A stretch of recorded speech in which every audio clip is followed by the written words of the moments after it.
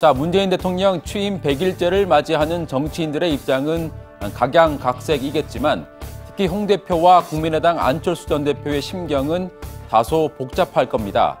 지난 대선에서 유력한 경쟁자로 치열하게 맞붙었기 때문이죠.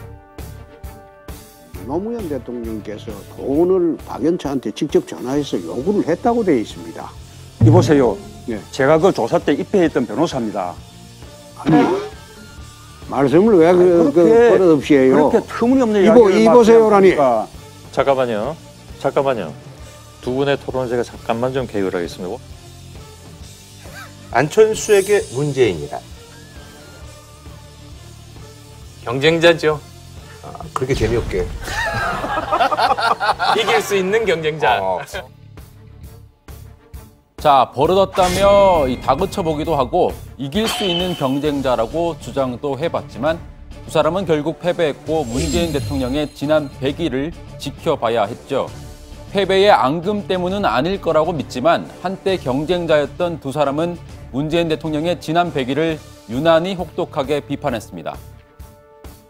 출범한 지 100일 되는 정부가 지금 국민들에게 많은 걱정을 끼치고 있습니다.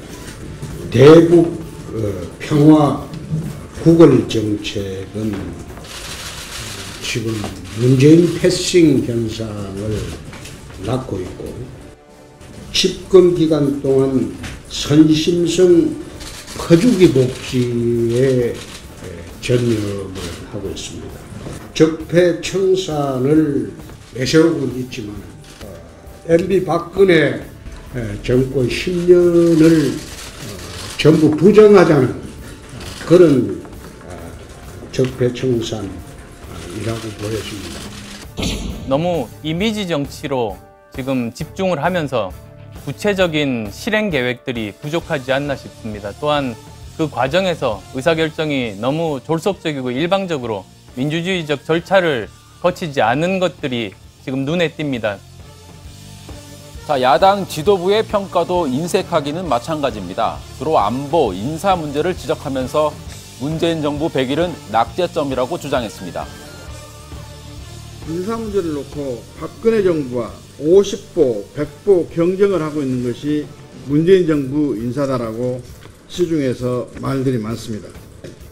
도대체 최순실 인사와 뭐가 다르냐는 네티즌들의 비아냥이 홍수처럼 쏟아지고 있습니다. 새 정부의 100일 점수로 매긴다면 한 몇 점이나 주시겠어요? 낙제점을 줄 수밖에 없다 그렇게 생각합니다. 저는 이건 3통의 100일이다 이렇게 봅니다. 그 3통은 예? 행태는 쇼통이고 또 안보 문제는 먹통이고 또 야당과는 불통이다. 그래서 쇼통, 먹통, 불통의 3통의 100일이었고 또 장밋빛 환상 유혹의 100일이었다. 자, 유독 정우택 원내대표의 평가가 박한 것 같은데 문재인 정부 100일은 자유한국당이 야당이 된 지 100일이란 뜻도 되는 거죠. 그렇다면 야당 생활 100일을 스스로는 어떻게 평가하는지 직접 들어보겠습니다.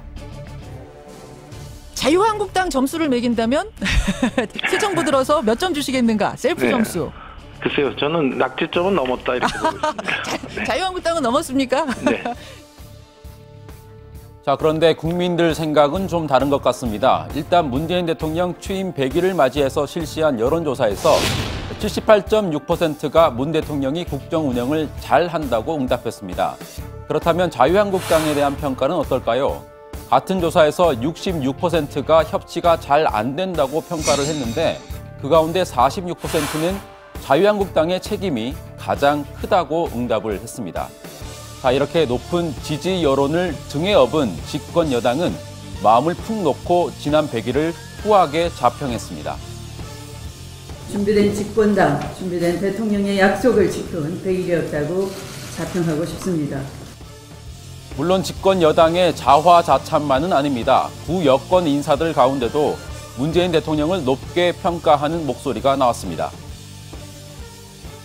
야당 지도자로서의 문재인이라고 하는 그 느낌하고 대통령으로서의 문재인이라는 느낌은 확실히 달랐다. 그러니까 이제 대통령의 면모를 좀 보여줬다고 생각합니다.